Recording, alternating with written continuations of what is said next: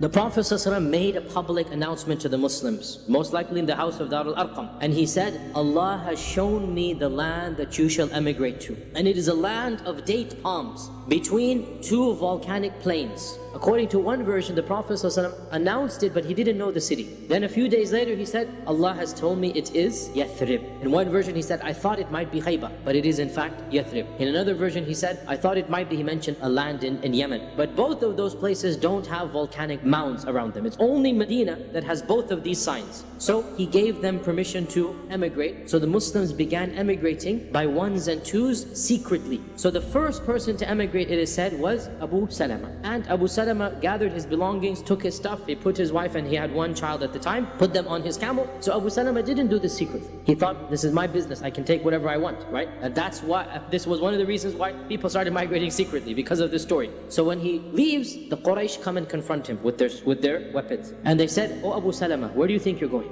He says, I'm going to Yathrib. What business is it of yours? I have a free man, I'm allowed to go. So they said, as for you, we have no right. As for your wife, she is ours. She's a Qurashi. And we will not let you take her or her son, because he is our son now. And so they forced him to leave his wife and child, and they expelled him without anything. When Abu Salama's tribe found out that he had been treated this way, their Jahiliyyah got the better of them as well. And they marched to the Quraysh and they said, as for the lady, she's yours, but this boy is ours. They picked up the boy to take him, and the Quraysh held on, and it became a tug of war with a 2-year-old until his hand was dislocated. And Salama cried out that let them take the boy. So Abu Salama's tribe took the baby. Salama's left with the Quraysh, and Abu Salama goes to Medina. And Salama is narrating the story herself. She said, for more than 16 months, every day, year and a half, I would go to Al-Batha, which is the farthest place outside of Mecca that is still within view of the city, right? Crying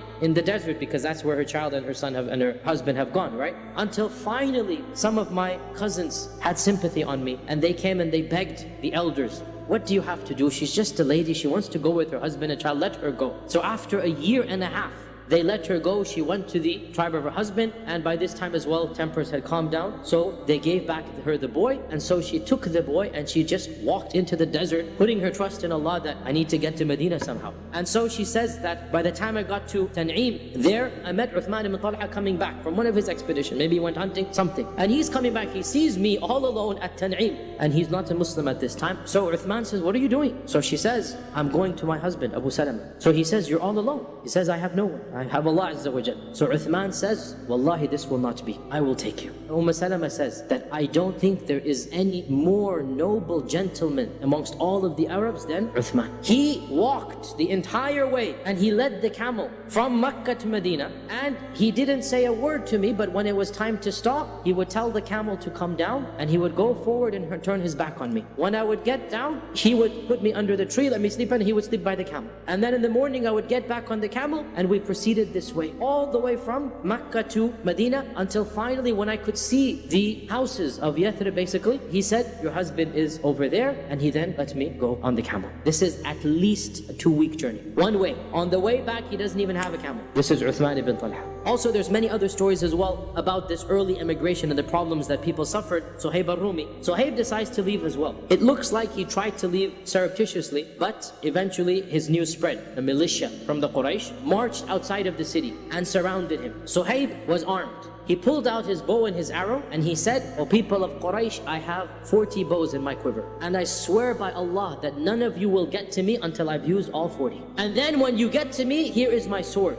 and I swear by Allah, nobody will be able to get me until I get to him first. Now, the Quraysh didn't want Suhaib to leave, but they loved their life more than they loved Suhaib leaving. So Suhaib said, what if I were to tell you where I hid all of my wealth? Will you let me go? They said, okay, deal. So he tells them all of his wealth, where it is buried. And so he literally arrived in Medina with just the clothes on his back. And as soon as the Prophet ﷺ saw him, he smiled and he said, Allah has revealed in the Quran about you, Ya Suhaib, وَمِنَ النَّاسِ مَنْ يَشْرِي نَفْسَهُ ابْتِغَاءَ مَرْضَاتِ اللَّهِ. There are those who sell everything that they have, they sell themselves for the sake of Allah, and he says, Ya Aba Yahya, that was his kunya. Jibreel has told him what Suhaib has done, and so the Prophet ﷺ tells him, your transaction has been successful, your transaction has been successful. When Umar decided to emigrate, Ali ibn Abi Talib narrates that I don't know of anybody who did the hijrah publicly except for Umar. Everybody was sneaking away, everybody was doing it in the middle of the night. He armed himself and wore his shield and his arrows and everything, and he went to the Kaaba and did tawaf 7 times, and he's dressed as a traveler, he's prepared as a traveler, and then he makes a public announcement. O people of Mecca, whoever amongst you wishes that his mother lose him tonight, or that his children become orphans, or that his wife becomes a widow, then know that I'm performing the hijrah and you can meet me outside of Mecca in such and such a valley. And of course, nobody took up Umar on that challenge. He chose as his companions for the journey 2 other Sahaba, Ayyash ibn Abi Rabi'a and Hisham ibn al-Aws, who's the brother of Amr ibn al-Aws. And the deal was, on such and such a day, we'll meet up at that valley outside of Mecca. And when dawn break, whoever's there will go. If you're not there, then we'll assume that you were stopped. At the appointed time, Hisham did not show up, which means that he was basically stopped and prevented. And so Ayyash and Umar were the ones who migrated to Medina. Abu Jahl and his brother were actually Ayyash's half-brother. So Ayyash and Abu Jahl and a third person all shared a mother, but different fathers. Abu Jahl and his brother traveled all the way to Medina. And they went to their half-brother Ayyash. And they said to Ayyash, Oh Ayyash, don't you know what you've done? Do you know the state of our mother after you left? She cannot eat, she cannot drink. She has made a promise to Allah that she won't taste the shade. And she's in the sun since then. And she is in such a state that lice has made her hair completely full of lice. And she cannot enjoy any food. You know, she's on the verge of death, etc., etc. She's made a promise to Allah she's going to sit in the sun until she sees her son again. And they kept on going about stories and stories until Ayyash's heart melted. And so he decided to go back with them. Umar said, Oh Ayyash, they're tricking you. And then he said, if she's hungry, she can eat food. If she has lice, she can shave her hair off, right? You don't have to go back and do that for her. So Ayyash said, no, I'll be a good son. Let me go back to my mother. And I also have some money, I left it. Now that